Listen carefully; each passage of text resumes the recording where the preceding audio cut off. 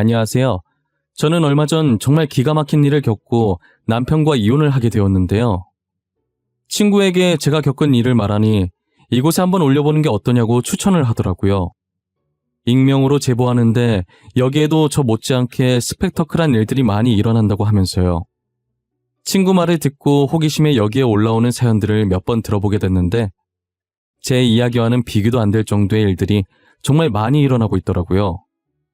그래서 쓸까 말까 고민을 많이 했지만 그래도 용기를 내어 한번 적어보려고 해요.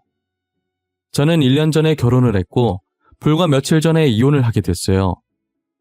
연애했던 기간에 비해 결혼 생활은 터무니없이 짧게 끝나버렸죠. 저희 인생에서 1년은 하루로 치면 1분과도 같은 정말 상당히 짧은 기간이었지만 고작 그 1년 동안에 온갖 일을 다 겪은 걸 생각하면 100년 같은 1년이었어요. 제가 이혼을 결심하게 된 이유는 남편과 시댁의 폭언 때문이었는데요. 저도 처음부터 그들에게 폭언을 들은 건 아니었어요. 결혼 전과 결혼 후 3개월 정도는 남편이나 시부모님께서 정말 잘해주셨어요. 모르는 사람이 얼핏 봤을 때 저를 딸이라고 생각할 정도로 잘해주셨어요. 남편과도 중학생 때부터 알던 사이라 정말 친구처럼 장난도 잘 치고 재밌게 지냈었어요. 연애하면서도 이런 집안에 시집가면 늘 웃는 일만 가득하겠다라고 생각을 했을 정도였어요. 저와 남편은 중학생 때부터 알고 지냈지만 고등학생 때 서로의 마음을 확인하고 만나기 시작했어요. 중학교, 고등학교를 같이 나와서 서로 알고 지내던 사람들이 많이 겹쳤었죠. 그래서 늘 친구들과 같이 모여서 놀고 학교 생활도 연애도 정말 재밌게 했어요. 저희가 몇 년간 친구였다가 연인으로 발전한 케이스라 처음엔 살짝 어색하더라고요.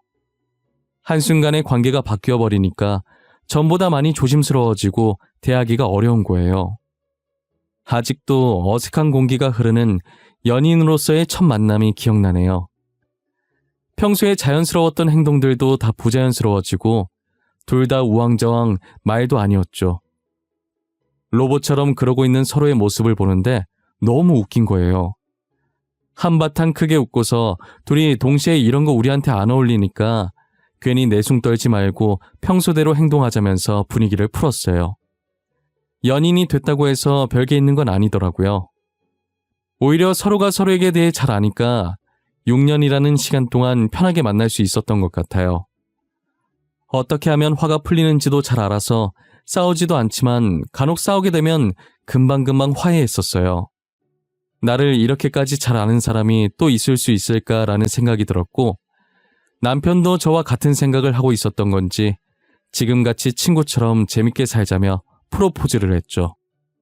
저는 당연히 남편의 프로포즈를 받아주었고 양가 부모님을 만난 뒤 결혼 준비를 시작했어요. 프로포즈를 받아주면서도 걱정됐던 게 한 가지가 있었어요. 그건 바로 집안 차이였는데 저희 집안은 못 살지도 잘 살지도 않는 평범한 집안이었고 남편 집안은 시아버지께서 조그만 사업을 하셔서 저희 집안보다는 부유한 편이었어요. 아무래도 수준이 비슷한 집안끼리 결혼해야 마찰이 없을 텐데 저희 집안이 기우니까 걱정이 됐었죠. 하지만 저희 시부모님께서는 그게 무슨 상관이냐고 요즘 누가 집안 따지냐면서 저를 안심시켜 주셨죠. 솔직히 저는 남편보다는 시부모님이 좋은 사람이라 결혼을 결심하게 됐어요. 신혼집을 구하러 다녔었는데 집은 원래 남자 쪽에서 해주는 거라면서 시부모님께서 해주시려는 거예요. 저는 저희 힘으로 집을 구하고 싶다고 계속 거절했었는데 결국은 시부모님 뜻을 꺾지 못했어요. 시부모님께서 집을 해줬다는 소리를 듣고 혼수는 저희 부모님께서 다 해주셨었어요. 결혼식을 올릴 때까지 시댁에 빚지고 들어가는 기분이라 영 마음이 편치 않았어요. 며느리로 들어가서 시부모님께 정말 잘해드려야겠다는 생각을 했죠. 저희는 결혼 전부터 아이를 천천히 가지기로 합의 봤었어요. 처음엔 남편은 빨리 아이를 가지고 싶어 하더라고요. 그래서 한동안 남편을 설득하느라 애를 참 많이 먹었어요. 우리 아이는 천천히 가지는 걸로 하자. 나 다른 건 다 양보해도 이번만큼은 양보 못해. 솔직히 애 낳는 것도 여자고 키우는 것도 여자잖아. 그만큼 내 의견도 들어줘야지. 아이 키우는 거 힘들겠지만 그래도 아이가 있으면 우리 집이 더 행복해질 수 있잖아. 우리 부모님도 애 좋아하고 나도 애 좋아하고 그리고 집안에 애 웃음소리 들으면 얼마나 좋아. 내가 아이를 안 낳는다는 게 아니야. 단지 조금 천천히 가지자는 것뿐이지. 당신이 나 대신 애 낳아서 키워줄 것도 아니잖아. 그리고 우리 아직 젊은데 신혼 더 즐기면 안 될까? 아이 낳고도 계속 신혼처럼 쭉 즐기면 되잖아. 뭐가 문제야. 나는 너가 왜 이렇게까지 아이 낳는 거에 반대를 하는지 모르겠어. 아이 낳고 어떻게 신혼처럼 즐겨? 애는 뭐 혼자 커? 내가 키워야 하는 거잖아. 아이 낳는 순간 내 삶은 없어지는 거야. 온 신경을 아이한테 쏟고 내 인생을 바쳐야 하는 거라고. 저는 아이를 안 낳고 싶은 게 아니라 일찍 낳기가 싫었어요. 아이를 낳게 되면 그때부터는 온전한 내 삶이 없어지고 누군가의 엄마로서 살아가야 하는 거잖아요. 오로지 아이에게 저의 모든 것을 쏟아부어야 하는데 저는 벌써부터 그러기 싫었거든요. 아직 젊으니까 아이를 천천히 낳아도 된다고 신혼을 즐기자면서 남편을 설득하느라 힘들었죠. 남편도 듣다 보니 제 말이 틀린 것은 아니니까 나중에는 아무 말도 못하고 수긍하더라고요. 남편은 저와 결혼과 동시에 시아버지 회사에 들어가서 일을 배우기 시작했어요. 아무래도 장차 회사를 물려받을 사람이니 다른 사람들보다 하는 일이 많아서 힘들어 보이더라고요. 저도 일을 안 하는 건 아니지만 남편은 유독 다크서클이 볼까지 내려와서 피곤해 보였어요. 원래 집안일을 반반 부담하기로 했었는데 적응할 동안은 집에 와서까지 힘들게 하고 싶지 않아서 회사에 적응할 때까지 편히 쉬라고 집안일 도와달라는 말을 잃지 하지 않았었어요. 그런데 나중에는 이게 당연시 되어버려서 이혼할 때까지도 제가 다 하고 있었죠. 연애할 땐 대화도 참 많이 했는데 결혼 후엔 일하기 시작하면서 집에서 남편과 대화하는 거라곤 다녀올게, 다녀왔어, 밥 먹어, 잘 먹었다 이런 말밖에 안 하게 되더라고요. 한 번 말할 때 네 글자를 못 넘기는데 이게 각 결혼한 신혼의 모습이 맞는 건가 싶었어요. 20년 동안 지지고 볶고 살아온 부부도 이 정도까지 아닐 거예요. 제가 결혼을 한 건지 아들을 하나 키우게 된 건지 모르겠더라니까요. 게다가 사업할 땐 인맥이 중요하다고 인맥 관리하겠다는 핑계로 남편의 귀가 시간도 점점 늦어졌어요. 매일같이 술을 퍼마셔서 이제는 이게 사람인지 개인지 구분이 안 갈 정도로 취한 상태로 집에 왔었죠. 남편이 비밀번호라도 제대로 치고 들어오면 다행이라고 절을 해야 할 판이었어요. 그리고 두 발로 집에 걸어 들어온 게 언제인지 가물가물해져서 기억도 안 날 지경이었어요. 아무리 사업이 중요하다지만 몸 생각 좀 하고 다녔으면 좋겠다고 남편을 걱정하고 있었는데 제가 지금 남편을 걱정할 때가 아니었던 거예요. 어마무시한 시집살이가 저를 기다리고 있을 줄은 꿈에도 몰랐거든요. 결혼한 지 3개월 정도 지나니까 저를 친딸처럼 생각하시던 시부모님은 완전히 다른 사람처럼 저를 못 잡아먹어서 안달난 사람같이 변하더라고요. 저는 다른 회사에서 일을 하고 있었는데 이제 가족 됐으니까 시아버지 회사로 들어오라는 거예요. 시아버지 회사로 들어간다고 해서 저한테 나쁠 건 없으니까 알겠다고 했었어요. 그런데 왜 저를 시아버지 회사로 들어가게 했는지 정확히 2주 뒤에 알게 되었죠. 회사로 출근해서 이제 막 일을 시작하려는데 시어머니께 전화가 온 거예요. 아가, 오늘 제사 있는 거 알고 있니? 얼른 와서 음식 좀 해라. 나 혼자서는 도저히 못하겠구나. 네가 빨리 와서 도와줘야겠어. 어머님, 저 지금 회사에 있어요. 어차피 제사 늦게 하지 않아요? 제가 퇴근해서 음식 만들던지 아님 사가던지 할게요. 사긴 왜 사? 직접 만들어서 올려야지. 빨리 와야 돼. 음식 할 거 많아. 거기 내 남편 회사인 거 잊었어? 너 간다고 해도 아무도 뭐라고 안 하니까 얼른 집에 오너라. 네? 그래도 어떻게 말을 안 하고 나가요? 일단 알겠어요. 그럼 제가 지금 하던 일만 금방 끝내고 갈게요. 얼마 안 걸리니까 조금만 기다려주세요. 여러분들도 대충 눈치채셨다시피 이런 식으로 시도 때도 없이 저를 부려먹기 위해서 일부러 시아버지 회사에 저를 넣어놓으신 거였어요. 그리고 형편이 기우는 저와 남편의 결혼을 허락한 것도 비슷하거나 더 높은 집안은 부려먹질 못하니 저같이 살짝 기우는 집안의 며느리를 들여야 부려먹기 쉬워서였어요.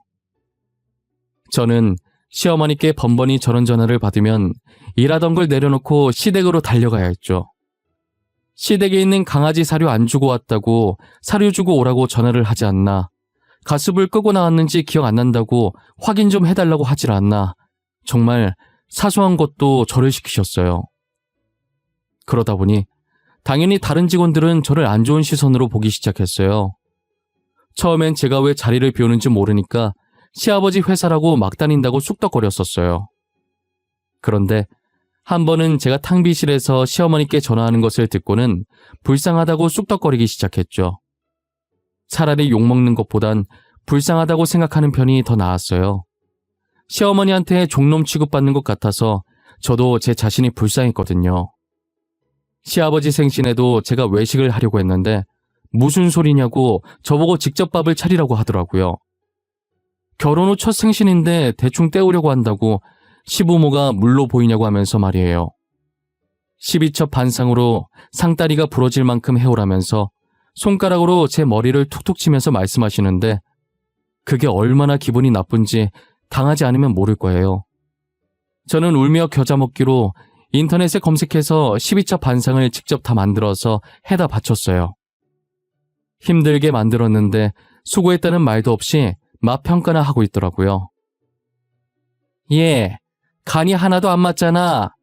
너는 어째 이거 하나 못 만드니? 잘하는 게 하나도 없어 정말. 도대체 저런 애는 어디서 굴러 들어온 거야? 너네 엄마는 이런 것도 안 가르치고 시집 보냈니? 여보, 그래도 새아가가 한 성의가 있는데 너무 그러진 말게나. 아가, 나한텐 간이 딱 맞구나. 너도 얼른 와서 숟가락 들지 않고 뭐해? 성의는 무슨, 당신이 뭘 몰라서 그러는 건데 저거 내가 시켜서 억지로 한 거예요. 지 귀찮다고 밖에서 사 먹자고 했다니까요. 시애비 첫 생일인데 사 먹자는 게 말이 되나? 맛있는 거 먹이고 싶은데 음식엔 자신이 없으니까 그랬나 보지. 뭘 또 그렇게까지 반응을 해? 아가, 나는 뭐든 괜찮아. 그리고 이 사람 말 마음에 담아두지 마. 생각 없이 말하는 게 취미인 사람이니까. 죄송해요, 아버님. 제가 생각이 짧아서 괜히 두 분 싸움만 붙인 것 같네요. 기분 좋아야 할 날인데 진짜 죄송해요. 더 연습해서 다음엔 맛있는 밥 차려드릴게요. 시어머니께서 음식 평가하면서 저한테 일방적으로 화내고 계실 때 막아주신 건 시아버지밖에 없었어요. 열심히 제 편 들어주시는 시아버지 옆에서 남편은 옆에서 개걸스럽게 밥을 퍼먹기 바빴죠. 그럼 또 남편 먹는 모습 보고 시어머니께서는 남편은 며칠 동안 굶겼냐고 화내셨어요. 어찌나 자기 아들을 애지중지 여기던지 둘 다 꼴 보기 싫어서 제 앞에 있는 밥그릇을 던지고 싶었어요. 시어머니는 계속 맛없다고 투덜거리면서 제일 많이 드시는 거 보고 어이가 없었습니다. 시아버지 생신이 지나고 얼마 뒤 친정어머니께서 넘어지면서 꼬리뼈를 조금 다치신 거예요. 움직일 수가 없어서 당분간 입원을 해야 했고 저는 시아버지께 부탁해서 당분간만 회사를 쉬겠다고 했죠. 시아버지께서는 제 사정을 듣고 어머니 많이 아프신 거냐고 얼른 가보라고 흔쾌히 허락해 주시더라고요. 그래서 회사에 급한 일만 먼저 처리하고 곧장 친정어머니 병실로 가서 병간호를 하고 있었어요. 그런데 제가 병실에 들어온 지 1시간도 안 돼서 시어머니께 전화가 온 거예요. 이젠 휴대폰에 시어머니 이 4글자만 뜨면 무슨 말을 하실까 두려워서 온몸이 떨렸어요. 진짜 전화 받기 싫었는데 친정어머니께서 왜 그러냐고 빨리 받아보라고 해서 억지로 받았죠. 예, 우리 영감한테 들었는데 너 회사에 휴가 냈다며? 잘 됐네. 지금 김장해야 하거든? 네가 당장 우리 집으로 와야겠다. 어머님, 제가 휴가 낸 건 들었는데 왜 휴가 낸 건지는 못 들으셨어요? 저희 엄마가 지금 몸이 안 좋아서 병간호해야 돼서 휴가 낸 거예요. 저 못 가요. 들었다. 꼬리뼈 다쳤다지? 아니 얘, 병원엔 간호사가 없다니? 침대 위에 있는 버튼 하나만 누르면 간호사가 다 알아서 해주는데 뭐가 걱정이야? 병원에 환자가 저희 엄마만 있는 게 아니잖아요.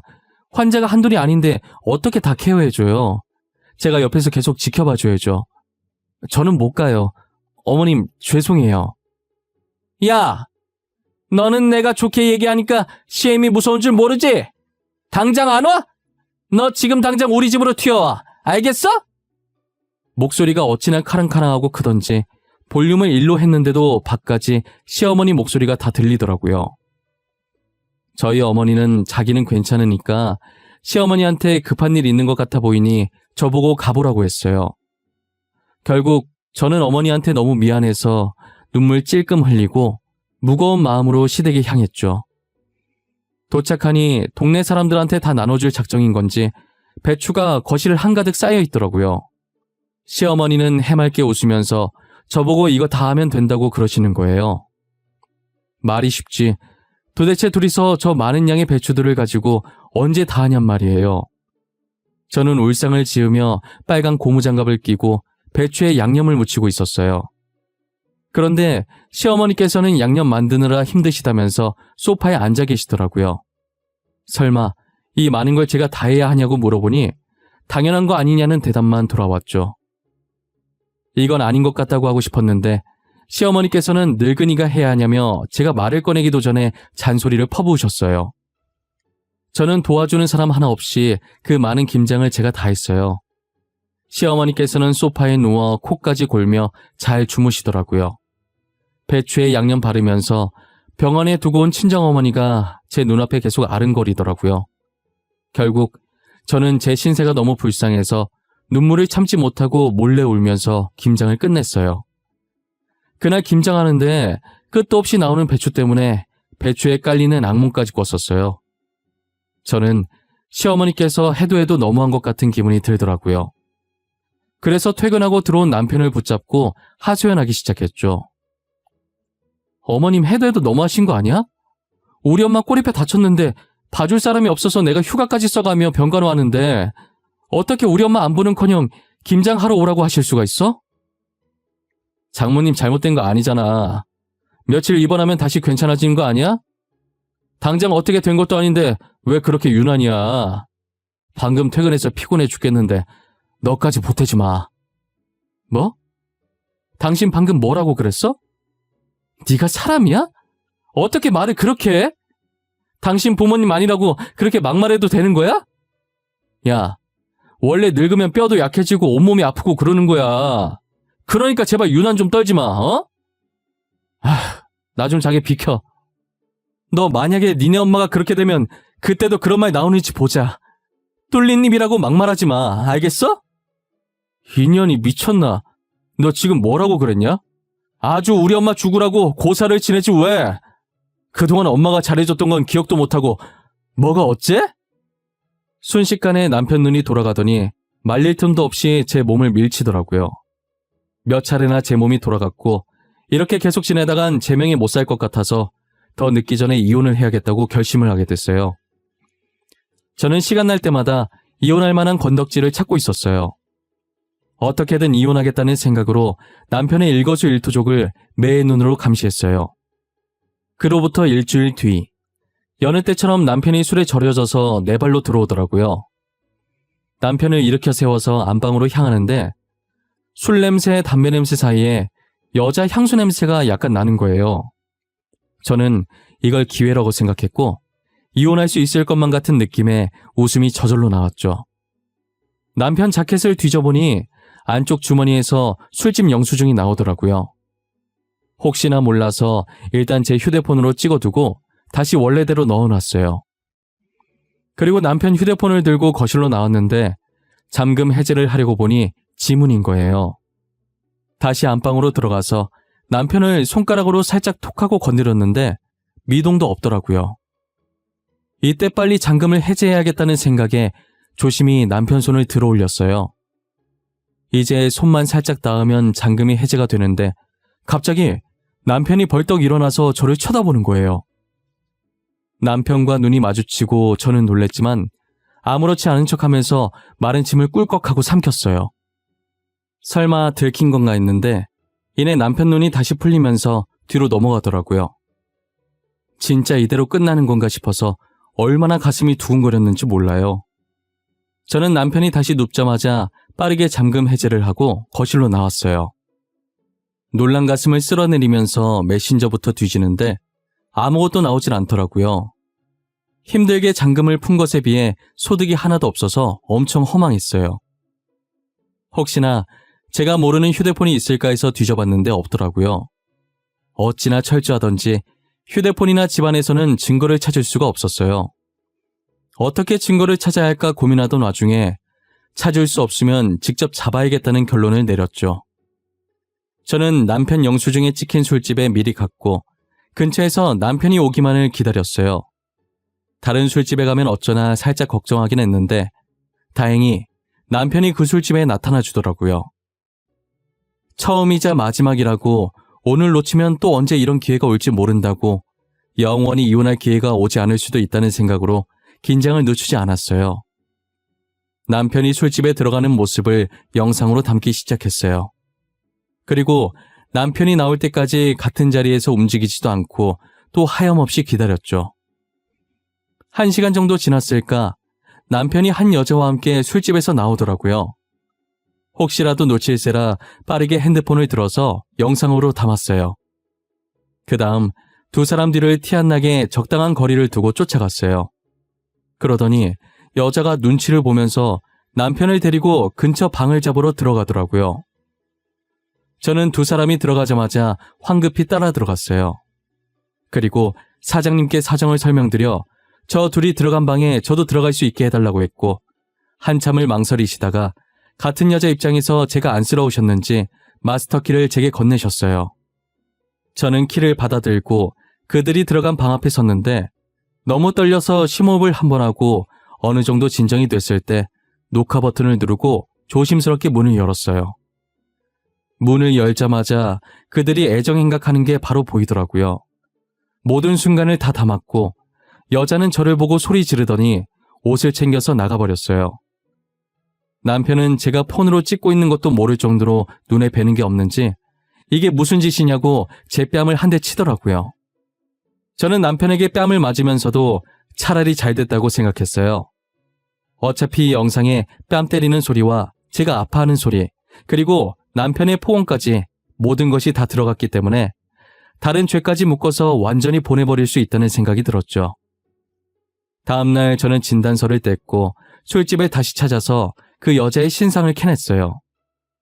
남편이 시아버지 회사에 들어가면서부터 이 술집에 방문해서 그 여자와 자주 만나다 보니 안면을 트고 조금씩 친해져서 내연관계로 사랑을 키워온 거예요.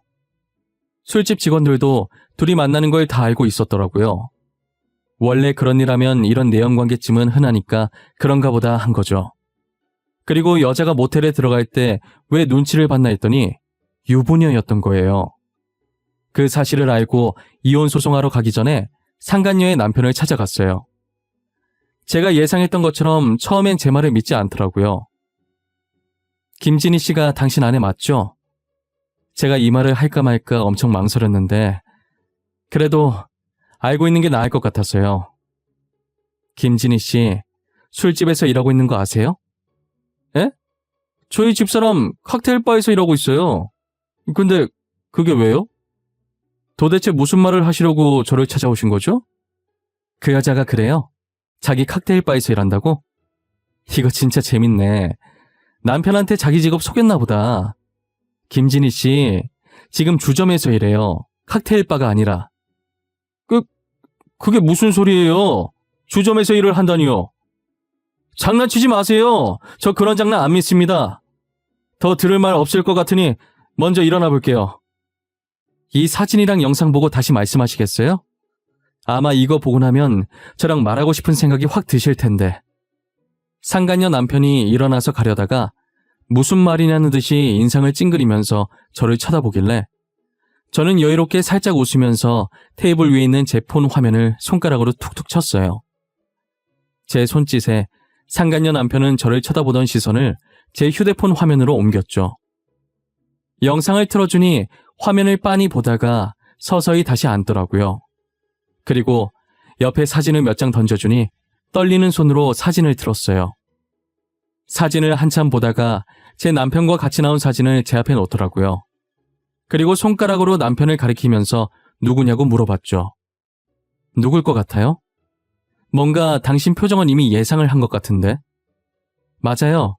그 남자 제 남편이에요. 당신 아내랑 바람난 놈이요. 술집에서 일하는 것도 모자라서 유부남이랑 바람이 났다고요? 그럼 아까 영상 속 남자도 그쪽 남편 되는 사람인가요? 네, 그 둘 동일 인물이에요. 참 웃기죠? 똑같이 배우자 있는 사람들끼리 저러고 있으니 말이에요. 아무것도 모르는 당신이 너무 불쌍해서 더 호구되기 전에 빨리 정리하라고 이렇게 연락드린 거예요. 감사합니다. 저와 일면식도 없는데 이렇게 알려주시고. 솔직히 제가 어떻게 되든 당신한테는 상관없는 사람이잖아요. 그런데 왜 도와주시는 거예요? 아까 말한 것처럼 불쌍해서요. 저는 이혼하고 싶어서 핑계 찾다가 이렇게 된 거라 상관없지만 당신은 아무것도 모르고 당하고 있는 거잖아요. 얼른 똥차 버리고 그쪽 새 인생을 찾았으면 좋겠어요. 저는 새 출발하라는 말과 함께 사진은 증거로 잘 사용하라고 넘겨주고 나왔어요. 곧바로 저는 남편에게 이혼 소송과 폭행죄로 고소를 했고 상간녀한테는 상간녀 소송을 걸었어요. 술집에서 일하는 특성상 정말 하루 즐기는 사람들도 많으니까 혹시나 상간녀 소송이 되지 않을까봐 저는 직원들이 내연관계라고 증언한 음성을 증거로 제출했어요. 증거를 토대로 두 사람의 내연관계가 인정돼서 제게 위자료를 내야 했고 상간녀 남편한테도 똑같이 위자료를 내야 했죠. 시아버지는 저를 아껴주셨기 때문에 죄송해서 회사에다가 이 일을 알리지 않으려고 했는데 시아버지께서는 괜찮다고 하고 싶은 대로 하라고 하시더라고요. 제가 그동안 결혼 생활을 하면서 시어머니와 남편에게 얼마나 당했는지 아시니까 집사람 관리 못하고 자식 잘못 키운 자기 잘못이라고 자기도 벌을 같이 받아야 한다고 하시는 거예요. 그래서 저는 고민 끝에 회사 커뮤니티에 영상을 올렸어요. 제가 올렸던 영상이 짧은 시간에 급속도로 퍼지고 다른 회사까지 소문이 나면서 시아버지 회사에 투자해 주셨던 분들도 다 투자금을 빼셨고 결국 시아버지 회사는 망하게 되었어요. 그래도 시댁집은 급하게 시아버지의 형한테로 돌려놔서 빨간 딱지가 붙지 않았고 대신 많은 빚을 지게 됐죠. 시아버지는 더 이상 시어머니랑 살고 싶지 않다고 이혼을 하셨고 몰래 집을 팔아서 이사를 가셨어요. 한순간에 모든 것을 잃은 시어머니와 남편은 지금 뭘 하면서 살고 있는지 모르겠네요. 아마 남편에 대한 소문이 너무 많이 나서 다른 회사에 취직은 절대 못할 거예요. 지금 제가 다니는 회사만 해도 남편 이력서를 보고 이 사람이 그 사람 아니냐고 이력서를 제대로 보지도 않고 넘겨버리거든요. 이젠 할 수 있는 일이 아무것도 없으니 새벽에 일찍 일어나서 노가다나 뛰고 있겠죠. 자기가 한 짓이 쪽팔린 줄은 아는지 저희와 친했던 친구들과도 연락을 끊었더라고요. 지 친구가 제 친구니까 이제 전 남편한테 남은 친구도 없을 거예요. 제 친구들은 제 이야기를 듣고 그런 집안에서 그동안 어떻게 참았냐고 잘했다고 나 같았어도 그렇게 했겠다고 저를 위로해 주었어요. 그래도 가끔 시아버지 생각이 나긴 해요. 지옥 속에 있던 한 줄기 빛이 시아버지였으니까요. 이사 가신 후로 잘 지내고 계신지 모르겠네요. 저는 이 이야기를 여기서 마지막으로 하고 앞으로는 제 기억에서 이 기억은 없애려고 해요. 안 좋은 기억 계속 들고 있어봤자 저한테 좋을 게 아무것도 없잖아요. 이 날을 생각할 바엔 그 시간에 저를 위한 일을 하나 더 하려고 합니다. 지금까지 제 이야기를 들어주신 모든 분들께 정말 감사하고 부디 아프지 마시고 늘 행복만 가득하셨으면 좋겠습니다.